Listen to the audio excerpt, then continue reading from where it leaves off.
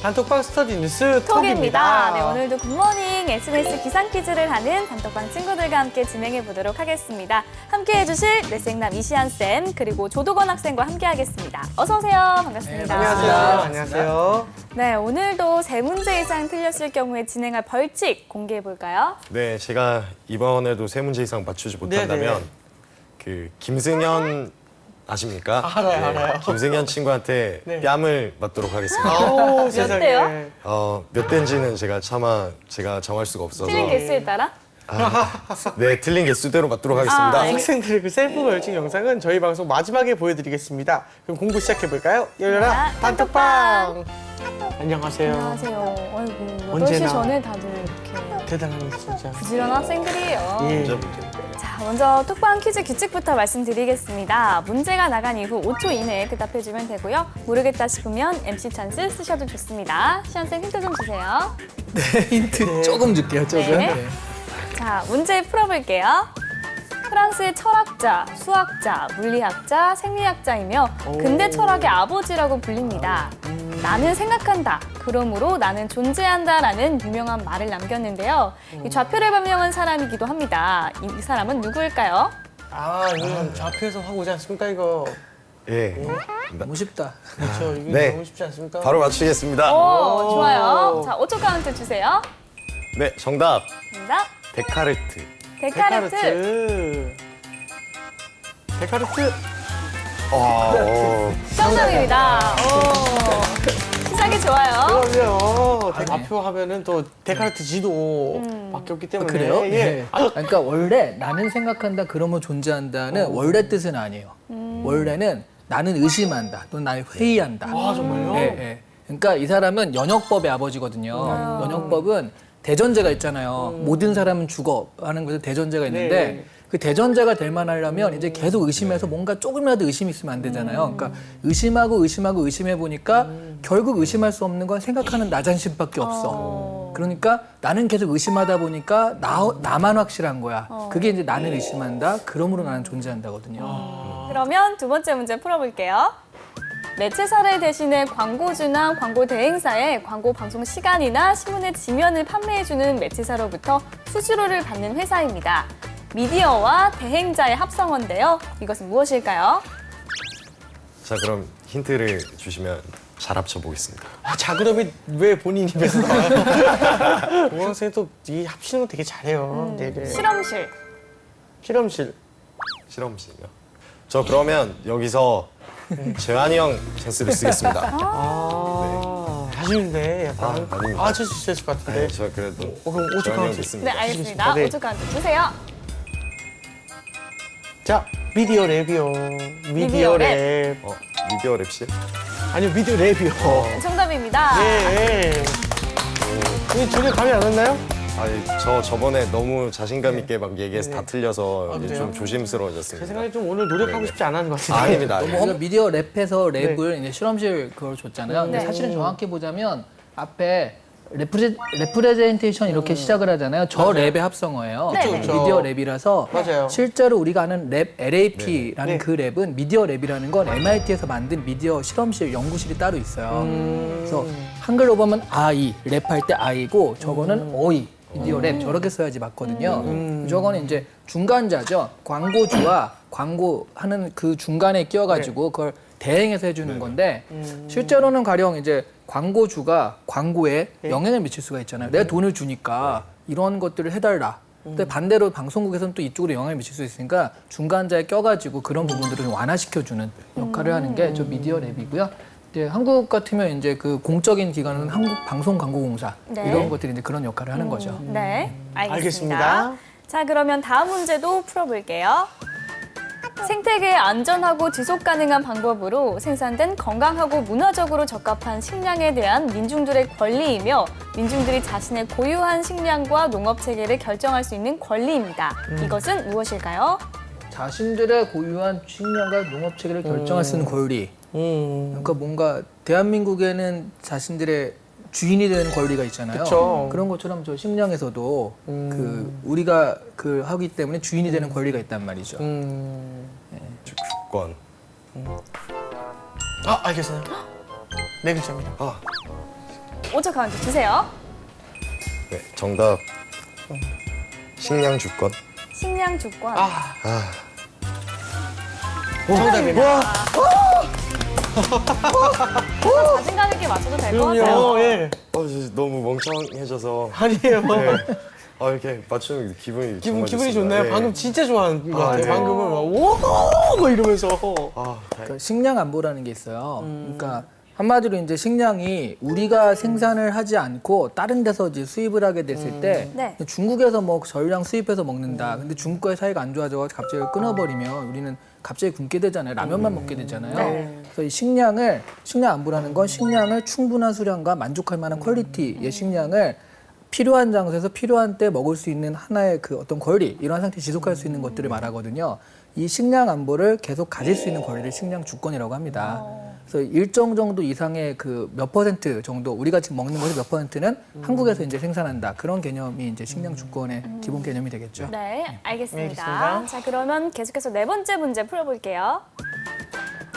신문, 잡지, 웹사이트 등의 매체사가 스스로 보고한 간행물의 부수, 접속자 수 등의 매체량을 표준화된 기준에서 객관적인 방법으로 조사, 확인하여 이를 공개하는 것이다. 이것은 무엇일까요? 어렵네요. 저는 이 초콜릿 좀 좋아하는데 저는 신발을 되게 많이 삽니다. 아, 이게 한글로 치면 가나다인 거죠. 가나다. 그렇죠, 그렇죠. 네. 자, 5초 카운트 주세요. A, B, C. 네. ABC 제도. 네, 정답은 ABC 제도였습니다. 제도였습니다. 여기 또 중요한 거. 어려운 문제 같아요. 그렇죠. 근데 언론 관계 쪽의 사람은 들어보지 못했으면 다 아는 생소할 건데. 수 있어서. 그렇죠. 좀이라도 알면 다 아는 건데 저게 왜 중요하냐면 신문, 잡지라든가 이런 네네. 부분들이 사실은 발행 부수가 뭐랑 관계가 되냐면 광고 단가랑 관계가 돼요. 10만 부가 발행되는 신문과 100만 부가 발행되는 신문에 광고를 실을 때 똑같은 가격을 지불하진 않잖아요. 근데 이런 것도 이제 우리는 뭐 10만 부 발행한다. 이렇게 100만 부 발행한다라고 말해버리면 실제로 그런지 안 그런지 모르잖아요. 네. 이것들을 공식으로 인증하는 기관이 바로 이제 ABC제도를 시행해서 우리나라가 1989년에 세계 23번째로 이 제가 창립이 됐다고 하거든요. 이 기관에서 이런 것들을 공식 인증을 해줍니다. 네. 그럼 거기에 맞춰가지고 광고 단가 같은 것이 책정이 되기 때문에 사실 언론에서는 굉장히 중요한 그런 제도인 거죠.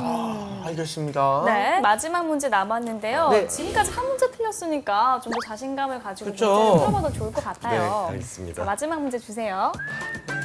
우리나라 국가, 안보, 통일, 외교와 관련한 최고 의결기구로 대통령 직속 자문기관입니다. 이것은 무엇일까요? 이건 알지 않습니까? 네, 아는 것 같습니다. 알겠습니다. 알겠습니다. 알겠습니다. 네. 5초 카운트 주세요. 네, 정답. 정답! 국가안전보장회의. 오, 이사회 아니고요? 과연? 네, 정답입니다. 정답입니다. 국방기구 네. 같은 것들이 좀 확장된 형태. 옛날에 우리나라가 임진왜란 이후에 네. 임진왜란이 좀 전란이었잖아요. 네. 비변사라고 국가안전보장회의 같은 것들이 확대가 돼요. 근데 거의 그게 고종 때까지 비변사가 최고 의결기구가 됩니다. 그거가 중심으로 돌아가거든요. 국가안전보장회의는 약간 그런 건데 국방이라든가 안보라든가 이런 걸 중점적으로 하는 회의로서 그 뭐 이런 그 좀 우리가 중요한 것들 아무래도 우리가 대치 상태니까 남북이 갈라져 있고 대치 상태니까 요 기구들이 이제 중요한 역할들을 많이 하죠. 알겠습니다. 알겠습니다. 자, 이렇게 해서 오늘 문제 풀어봤는데요. 총 4문제를 맞춰서 벌칙은 면제가 됐습니다. 네. 자, 오늘 어땠어요? 예, 일단 김승현 학생한테 안 맞을 수 있어서 정말 다행이라고 생각하고요. 좀 더 자신감을 가지고 문제를 맞추도록 노력하겠습니다. 알겠습니다. 자, 이번엔 뉴스톡이 선정한 이슈 공부해볼까요?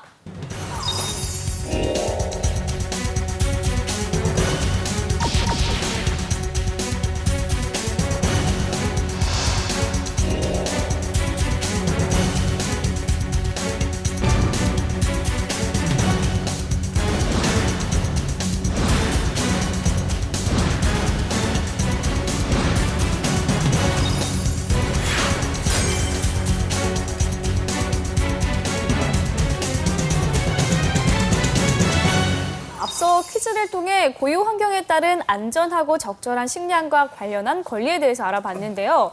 재환 씨는 풍년의 역설이란 얘기 들어봤나요? 아니요. 네. 정말 잘 들어가시네요. 제가 알려드릴게요. 처음 들어봤어요. 아, 예, 네. 아, 죄송해요. 이 풍년의 역설이랑 올해 이렇게 벼농사가 풍년이 되면서 오히려 쌀값이 폭락하는 현상을 좀 말한다고 합니다. 왜 이런 일이 발생을 하고 또 이것이 우리 경제에 미치는 영향은 어떤지 알아보도록 하겠습니다. 네. 도곤 학생 하루에 먹는 쌀의 양이 어느 정도 되는 것 같아요? 제가 군 복무를 할 때는 네. 이렇게 삼시세끼 진짜 고봉밥으로 먹었었는데 먹죠. 이제 또 전역을 하고 자취를 하고 그러다 보니까 하루에 한 끼도 안 먹는 것 같아요. 거의 라면이나 인스턴트 음식 위주로 해결을 하고 있습니다. 이럴 수가 세상에. 저런. 속상합니다. 네, 이 쌀값 폭락에는 갈수록 줄어드는 쌀 소비가 큰 영향을 주고 있다고 하는데요. 실제 우리나라의 쌀 소비는 얼마나 줄었을까요? 네, 일단 그 자료를 보니까 1980년대에는 1인당 소비량이 132kg 정도가 돼요. 근데 2015년으로 네? 오면은 네. 한 25년 지났잖아요. 네. 35년 지났나? 그러면 62.9kg으로 절반이 돼요. 이거를 1인당 하루 평균 소비량으로 보니까 네. 172g 정도 된다고 하거든요. 이거는 뭐냐 하면 공깃밥 2그릇 정도. 그러니까 꽉 찬 거 말고 작은 공깃밥 2그릇 정도가 평균 소비량이라고 하니까 옛날에 흔히 얘기하는 머슴밥, 고봉밥. 사실 원래 한국인들은 밥을 되게 많이 먹어요. 네. 그렇죠. 역사- 조선시대 네. 그 사진 보니까 이만큼을 진짜 정말 진짜 사진이 그거를 5끼를 먹어요. 그렇죠. 그렇게 5끼를 먹어요. 진짜 이 영양분 보충할 게 없어가지고 밥만 네, 먹는 거야. 네. 그래서 그 유구국이라고 예전에 이제 오키나와인데 거기서 표류해온 사람들이 다시 유구국으로 가서 보고한 거에 의하면 조선 사람들은 저렇게 먹다가 나라가 망할 것 같다. 그렇게 보고를 한대요. 그렇게 많이 먹었는데 점점 줄어가지고 네. 지금은 말하자면 옛날 사람 한 끼도 안 되는 거죠, 이게. 그래서 확 줄어있는 상태라고 할 수 있는 거예요. 오, 그렇구나. 알겠습니다. 자, 그럼 이슈에 관한 뉴스를 한번 먼저 살펴보겠습니다. 선생님, 어떤 기사들이 있습니까? 쌀값 보장 어떻게 해가지고요. 일단 쌀이 너무 많이 생산돼서 아까 풍요 속의 그 빈곤이라고 하죠. 네. 풍년의 역설이라고 하는 예. 그런 건데 빠듯한 재정 형편 탓에 쌀값 안정을 위해 시장 격리 물량이나 또는 수매 물량을 무한정 늘 수도 없는 상태여서 창고에 쌓은 쌀 재고량도 감당하기 힘들 지경이다라고 나와 있는데 이게 무슨 얘기냐면 원래 그 소비하는 것보다 많이 생산이 되면 정부에서 그걸 수매하게 되어 있어요. 네. 그래서 이제 농민들의 어떤 그 폭락이라든가 그런 것을 막아주려고. 근데 지금 4년 연속 대풍이 든 거예요. 그러다 보니까 계속 사고 해가지고 지금 원래 있는 것도 많은데 또 올해도 많이 사게 생겨가지고요. 그래서 이런 부분이 지금 재고량도 많은데 또 재고가 되고 그러니까 지금 감당하기 힘들다 그런 얘기거든요. 네. 농식품부는 공공비축 및 해외 공유용 쌀 39만 톤 외에 추가 물량 매입을 고려 중이라고 하는데 뭐 시장 격리 물량이 많을수록 좋겠지만 막대한 재정이 투입돼야 하고 정부 재고량이 175만 톤으로 이미 적정 수준이 80만 톤인데 이미 2배 가까이 되거든요. 여기서 또 수매해야 되니까 그 농식품부의 걱정이 크다라는 그런 기사입니다. 네, 알겠습니다. 예, 알겠습니다. 자, 그러면 두 번째 기사도 알아볼까요? 그 중에서 하나의 해법으로 지금 뭐가 제시가 되냐면 절대 농지를 해제해달라 이런 제안이 있거든요. 그렇구나. 절대 농지가 뭐냐면 네. 그러니까 농사만 지어야 되는 땅인 거예요. 다른 건 안 되고 뭐 건축을 한다든가 그러면 안 되고 이거는 농사만 지어야 되는 땅이야라고 아예 지정을 해놓은 거니까 네. 사실 뭐 그린벨트나 이런 거보다 더 강력한 거라고 할 수 있거든요. 네. 근데 그런 것들을 왜냐하면 지금 그런 것들의 별을 가지고 계속 쌀 농사를 짓다 보니까 쌀이 계속 남아 도는 거거든요. 네. 그러니까 그걸 좀 해제해가지고 쌀을 좀 적게 생산하자 이런 논의인데 네. 근데 또 구조적인 쌀 생산, 과잉 생산을 해소하기 위한 대책이라고는 하지만 식량 주권을 위협할 수 있고요. 부동산 투기 과열을 불러올 수 있다는 지적이 나오고 있어서 또 여기에 대해서 반론이 만만치 않다라고 하는 그런 얘기입니다. 네. 간단하게 해결될 것만 같지는 않아요. 어쨌든 실질적으로 농사를 짓는 사람들은 그 손해를 보고 땅을 가진 사람은 이득을 볼 것이기 때문에 전반적으로는 좀 반대하는 분위기가 좀 짙은데 어쨌든 아직 논란이 되고 있다. 이런 기사를 소개해드렸습니다. 네, 알겠습니다. 이렇게 두 개의 기사를 정리를 해주셨는데요. 우리 도곤 학생은 첫 번째 기사는 어떻게 봤나요? 네, 제가 첫 번째 기사에서 중요한 문장이라고 생각한 부분은요. 사상 유례 없는 4년 연속 대풍에부터 이제 그 농심을 달랠 해법도 찾기 힘들기 때문이다라는 문장이었는데요. 그 보미 누나가 앞에 말씀하신 그 풍년의 역설을 그대로 담고 있는 문장이라고 생각합니다. 식량 안보와 이제 농민 생활 안정을 위해서 네. 쌀값의 이제 적정선을 유지하는 거는 필요한 일이지만 뭐 추가 자금 투입 여력도 없고 대책 마련이 시급하지만 마땅한 묘책이 없다는 게 굉장히 안타까워서 중요 문장으로 한번 꼽아봤습니다. 그렇습니다. 이 쌀값이 20년 전보다 더 가격이 낮을 만큼 떨어졌다고 하는데요. 실제로 어느 정도인가요? 예, 한가마가 지난달 15일 기준으로요. 네. 13만 5,544원입니다. 13만 5천 원 정도인데요. 지난해 이맘때는 15만 9천 얼마였으니까 16만 원이었거든요. 네. 15% 정도 떨어졌는데 더 재밌는 건 20년 전 가격이 13만 6천 원이에요. 13만 5천 원인데 20년 전에 뭐야, 13만 6천 원이에요. 근데 그 사이에 뭐 물가 상승이나 이런 걸 그렇죠. 하면 고려한다면. 엄청 떨어진 거거든요. 뭐야, 이게. 20년 사이에 오히려 떨어지긴커녕 이게 오르긴커녕. 오르긴커녕 떨어졌다라는 거죠. 네. 그러니까 농민들의 그 소득 감소가 걱정이 된다 그런 상황이에요. 네. 기사 내용을 보면 절대 농지라는 말이 나오는데요. 네. 구체적으로 어떤 것이고 또 왜 이런 제도가 시행이 되고 있나요? 예전에 그 역사에 보면 칠학자들이 서로 간에 뭐 균전제를 하자, 한전제를 하자 막 그런 제도를 주장한 적이 있는데 그때 한전제라는 제도가 주장이 돼요. 네. 그게 뭐냐면 농민들이 왜 이렇게 가난하냐. 그러니까 좀만 돈이 없어도 논을 다 내다 팔아서 그런다. 땅을 내다 팔아서 그런다. 그러니까 적어도 요 땅만큼은 내다 팔 수 없는 땅을 지정해서 요거는 못 팔게 하자. 그게 한전제인데요. 실제 시행은 안 됐거든요. 근데 약간 그런 개념이 들어갔다라고 보시면 되죠. 그러니까 절대 농지를 지정해서 여기에는 그 농사만 지을 수 있어. 그러니까 가령 이것들을 이 땅을 가령 건축을 할 수 있어. 그러면 사실 농촌에서도요. 이왕이면 농사 짓는 땅보다 건축하는 땅이 더 돈이 더 되니까 다 갖다 팔 수가 있는데 네. 그렇지 않고 땅 자체가 농사만 지을 수 있다라고 아예 지정을 해버리면 정말 농사만 지어야 되잖아요. 그러면 이제 도시 사람들이 와가지고 그 투기하고 그런 여부도 좀 없어지고요. 실제로 농사 짓는 사람이 그걸 하게 되니까 네. 이런 면에서 지정한 게 바로 절대농지입니다. 그래서 다른 걸로 전용하면 안 되고 농사만 지어야 되는 땅이거든요. 역시 이제 국민의 식량 주권을 위해서 그 마련한 제도라고 할 수 있죠. 알겠습니다.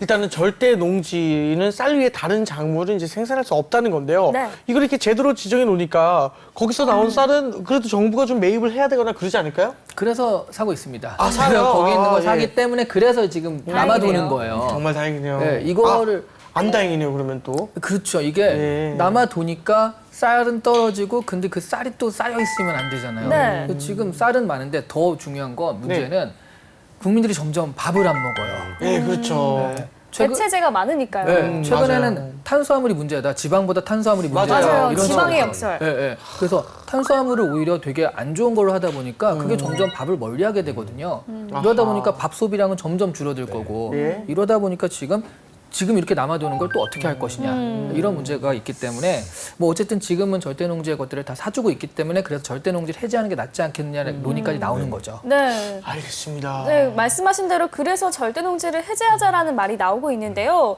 이 식량 안보 차원에서 반대가 좀 심하다고 들었습니다. 그러니까 지금 우리나라가 90년대만 해도 식량 자급률이 42%였다고 합니다. 근데 지금은 20%대라고 해요. 그러니까 OECD 국가 중에서 낮은 편이라고 하는데 네. 이게 또 갑자기 이러면 안 되겠지만 흉년이 뭐 몇 년 계속되면 그런 것도 좀 어려워지잖아요. 그래서 쌀은 많을수록 있을수록 나쁜 건 아닙니다. 근데 네. 지금 너무 조절이 안 돼서 그런 건데 근데 어느 날 뭐 우리가 그러면 벼농사 짓지 말고 좀 더 경쟁력 있는 우리는 라면 공장을 짓자.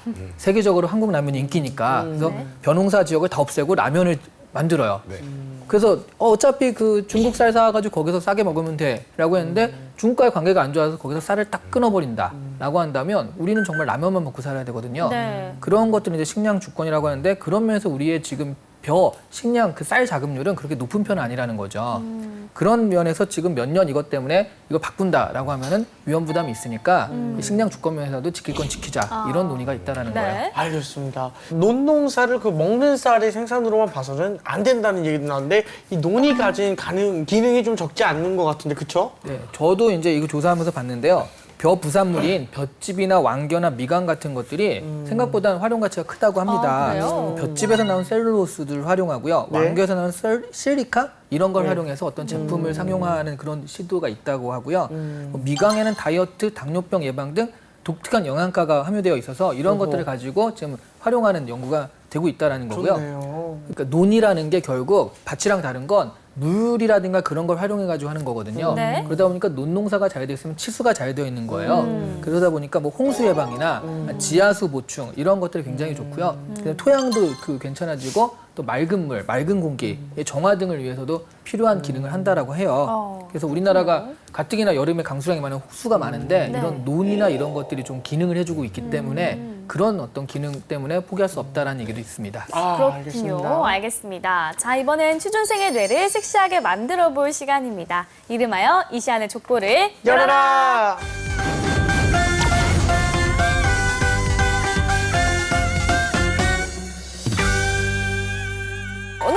공개해 주실까요? 자, 그럼 공개해 보겠습니다. 짜자잔! 국민들에게 쌀 소비를 촉진시키기 위해 정부 차원의 캠페인을 기획하고 있습니다. 어떤 캠페인을 어떤 이벤트를 통해서 하면 좋겠는가가 오늘의 주제입니다. 자, 오늘도 실전 면접처럼 진행해 보도록 하겠습니다. 도건 학생 시작해 주세요. 네. 저는 음식 그 중에서도 한식이라는 틀에서 벗어나지 못하기 때문에 쌀 소비에 한계가 있다고 생각합니다. 한국뿐만 아니라 중국, 일본, 동남아 등 쌀을 주식으로 삼는 나라와 그런 공동 연구를 진행하여서 쌀 그 자체를 좀 돋보이게 하는 새로운 음식 개발이 필요하고, 또 이를 바탕으로 세계 음식 페스티벌을 개최해서 사람들에게 좀 독특한 음식을 소개하고 자연스레 이를 사람들이 느낄 수 있도록 하는 것이 좋다고 생각합니다. 추가적으로 여러 유명 셰프들을 활용해서 모셔와서 정말 간단한 레시피로 사람들이 집에서도 쉽게 따라할 수 있도록 하나의 캠페인 또는 하나의 이벤트로 만들면 좋을 것 같다는 생각도 해봤는데요. 또한 먹거리에만 그치지 않고 아이들의 정서나 인지 발달에 도움이 되는 쌀공예를 장려하고 또 쌀을 베이스로 하는 향수 같은 것들을 개발한다면 쌀 소비를 좀 더 촉진시킬 수 있다고 생각합니다. 쌀 소비를 촉진시키기 위해서 지금 생각한 게 쌀로 된 새로운 음식 개발. 네네. 그렇지? 첫 번째, 그다음에 두 번째는 쌀공예나 쌀 향수 같은 쌀로 만든 새로운 상품 개발. 네네. 두 개죠. 네. 이게 정부가 할 건가요? 정부 차원의 캠페인인데?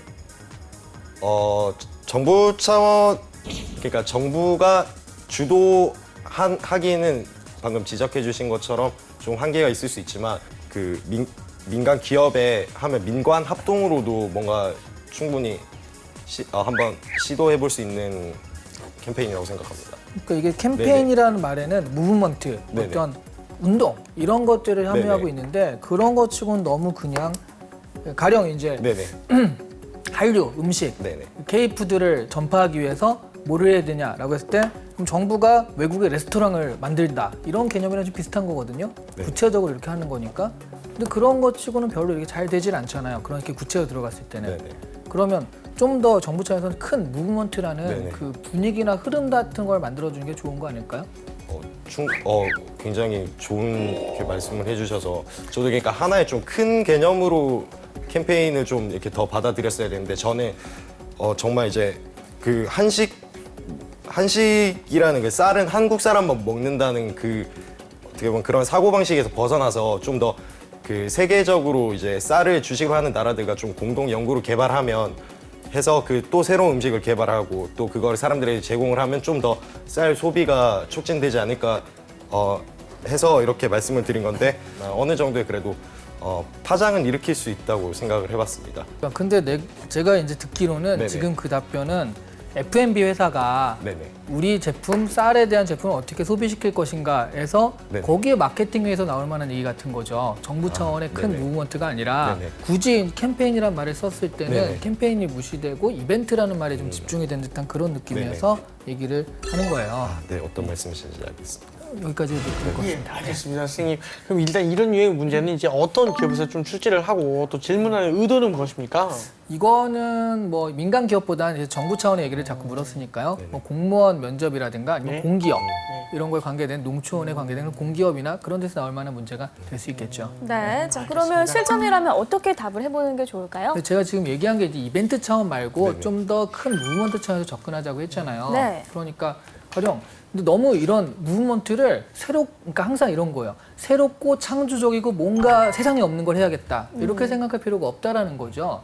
실제로는 가령 1사1촌 운동 해가지고 농촌과 도시를 연결시켜주는 농촌과 연결시켜가지고 도시에서 여기 그 어르신 김 무슨 어르신이 김막동 어르신이 생산한 이 쌀들을 여기서 한다. 그러면 일종의 어떤 유기농에 대한 확실한 그런 것도 되고 책임 생산도 되고 하면서 그렇게 연결시켜주고 그 쌀을 이렇게 소비하는 걸로 연결을 시켜주면 네. 그런 것도 하나도 가령 내가 쌀을 먹는 것이 이거 먹는 것이 그냥 맛있고 없고를 떠나서 이런 것이 내가 농촌을 도와줄 수 있고 사진을 보니까 이분을 내가 이렇게 도와드릴 수 있는 길이구나. 그리고 나도 확실하게 그런 것들이 어디서 오는 쌀인지도 모르는 게 아니라 이분이 생산한 쌀을 먹는다라는 그런 것들이 있잖아요. 그래서 정부 차원에서는 그런 일사일종 같이 자매결연 맺기 라는 그런 식의 어떤 캠페인 같은 것들 그러니까 좀 그 안 해본 새로운 큰 개념의 것들을 할 수가 있다라는 게 좀 장점이거든요. 네. 이런 식으로 저는 좀 큰 흐름의 그런 얘기들을 좀 기획을 해봤으면 좀 캠페인한 말에 맞지 않았을까 하는 생각이 들어요. 네. 알겠습니다. 네. 어땠나요? 우리 동원 학생은 이 선생님 평가 어떻게 들었습니까? 저는 이제 네. 너무 예? 새로운 것만 생각을 해보려고 했던 것 같아요. 사실은 이 주제를 가지고 뭔가 좀 자주 이제 할 수 있는 이야기 말고 뻔한 이야기 말고 뭔가 새로운 게 있을까 했는데 그것 찾는 것도 굉장히 어려웠는데 진짜 딱 이시안 선생님께서 좋은 지적해 주신 부분이 전 이제 그 정부 차원의 캠페인이라고 했을 때 뭔가 큰 운동이나 큰 반향을 일으킬 수 있는 어떤 것들을 생각을 해봤어야 되는데 그런 부분보다 오히려 진짜 이벤트 부분에만 좀 집중하지 않았나. 예, 오늘 또 하루 한 가지 또 새롭게 배워가는 것 같습니다. 네. 알겠습니다. 좋아요. 이렇게 이쌤의 족보 확인해 봤고요. 이번엔 우리 단톡방 친구들과 공유하고 있는 주제 알아볼까요? 정말 이거 여러분이 이제 좋은 안을 내면 이 정부에서도 관심을 가지고 볼 만한 그런 문제입니다. 자, 남아도는 쌀을 해결하기 위해 대책을 마련하며 문제는 아주 간단하죠. 네. 쌀로 유기농 애견 사료를 만드는 거예요. 강아지들이 사실 사람처럼 입히고 꾸미는데 먹는 거라고 왜 사람처럼 먹으면 안 되나 이런 생각이 좀 들더라고요. 그 더군다나 애견 규모가 커지고 있기 때문에 사료를 만든다면 좀 안정적으로 쌀을 수입을 낼 수 있는 게 확보가 되지 않을까. 이런 너무 새롭네요. 저는 기고요. 네, 불쌍한 기억에 좀 이렇게 쌀을 드리는 게 좋을 것 같아서 왜 이렇게 했는데?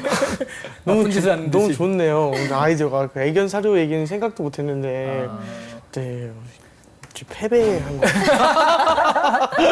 아니에요. 네, 괜찮습니다. 오늘 확 의욕이 줄어드네요. 너무 아이디어가 애견 사료 얘기는 참 좋지 않습니까, 진짜. 동원 생각도 학생은요? 못했네요. 저도 이렇게 좀 쭈그러드는 것 같은데요. 저는 그래도 좀 정책적인 부분에서 네. 이제 이걸 쌀을 매입하는 게 이제 식품부라면 그게 아니라 이제 외교부의 차원에서 이제 그걸 진짜 매입을 해서 예산을 따로 책정을 해서 매입을 하고 그걸 이제 해외에 진짜 쌀을 주식으로 하지만 그 자급자족이 힘든 나라에 진짜 공여를 하는 거죠. 지금도 하고 있는데 그게 이제 외교부에 그걸로 해서 하면 좀 더 쌀 농민들의 그런 시름도 덜어주고 그다음 이제 뭔가 국격도 높일 수 있는 일석이조의 방법이 아닌가 생각해봤습니다. 네. 알겠습니다. 알겠습니다. 자, 그럼 우리 톡방 친구들은 어떻게 생각하는지 확인해 볼게요. 온유 학생, 쌀을 이용한 다른 식품을 만든다. 떡이나 과자에서부터 쌀로 만든 파스타, 빵까지 밀가루가 체질적으로 몸에 잘 맞지 않은 사람에게도 쌀을 이용한 음식은 도움이 될 것이다. 다혜 학생, 쌀을 이용한 제2차 연료. 원자력 에너지에 한국은 많은 투자를 하고 있고 소비를 하고 있다. 하지만 지난 지진 사태를 겪고 나서 핵 에너지에 대한 위험도가 상승하였다. 남는 쌀을 통하여 제2차 연료를 만들어 에너지 부족과 원자력 에너지에 대한 위험도를 낮추면 좋을 것이다. 태희 학생, 쌀을 이용한 바이오 에너지 개발. 실제로 우리가 소비하는 옥수수보다 이렇게 2차 가공되는 옥수수의 수가 훨씬 많다고 한다. 만약에 쌀을 이러한 방식으로 활용할 수 있는 방법을 개발한다면 아마 자원이 부족한 우리나라로서는 획기적인 발견일 것이다. 유실 학생, 현재 정부가 보관 중인 쌀을 시중 가격의 110%로 기업에 강매한다. 이와 동시에 각 기업의 쌀을 활용한 R&D 연구에 정부 지원금을 지원한다. 지속적인 쌀 소비를 위한 제품 개발을 유도함으로써 장기적인 해결책을 찾아야 한다 등의 의견이 있었습니다. 사실 다혜 학생과 태희 학생이 비슷한 의견인 것 같은데요. 네, 어떻게 보시나요? 태희 학생은 그걸 구체적으로 이런 거다 얘기를 했고 다혜 학생은 2차 연료 해가지고 그 김태희 학생이 좀 더 구체적으로 얘기를 한 거죠. 네. 아주 현실적인 건 사실 온유 학생의 말이 가장 현실적으로 실현 가능성이 있습니다. 네. 근데 또 말하자면 또 그렇다고 쌀로 만든 우리 과자를 또 잘 즐겨 먹는 것도 아니니까요. 생각해보면 좀 소극적인 방법 같고요. 이 중에서 굳이 고르자면 역시 다혜 학생이나 태희 학생인데 네. 그중에 두 개 중에 하나라면 또 태희 학생이 구체적으로 얘기를 했기 때문에 그나마 이런 에너지, 그러니까 이런 정말 기술 개발이라든가 품종 전환도 쉬운 건 아니거든요. 네. 그거에 따라 다른 거니까. 그런데도 불구하고 앞으로의 어떤 방향성을 좀 제시할 수 있다는 측면에선 태희 학생이 제일 나온 것 같습니다. 네. 알겠습니다. 그럼 태희 학생이 베스트 댓글로 선정됐습니다. 축하합니다. 감사합니다. 네, 오늘은 우리의 주식인 쌀값 폭락의 배경과 원인 그리고 해법까지 이야기를 해봤습니다. 이제 정리를 한번 해볼까요? 우리가 무심코 먹는 밥이나 이런 거에 사실은 이런 농민의 애완, 네. 너 남으면 남는 대로 적으면 적은 대로 그게 걱정이 있다라는 건 사실 이렇게 우리가 찾아보지 않으면 알 수 없는 거거든요. 네. 그래서 적어도 다른 건 모르겠지만 또 이렇게 먹다가 먹기 싫다고 한두 숟가락 남기는 경우도 많잖아요. 근데 그런 거 좀 없어야겠다는 생각을 오늘 좀 많이 해보게 됐습니다. 네. 알겠습니다. 우리 도건 학생 어땠어요? 스타크래프트 같은 게임 하다 보면 자원이 남아돌아도 맞아요. 그래도 자원 채취는 계속 하지 않습니까? 맞아요, 맞아요. 지금 쌀이 풍부하더라도 언제 또 이제 식량 그런 난이 닥칠지 모르기 때문에 좀 합리적인 농지 정책이 필요할 것 같습니다. 맞습니다. 일단 오늘 뉴스톡은 여기까지 하고요. 저희 다음 시간에 다시 톡방 열겠습니다. 감사합니다. 감사합니다.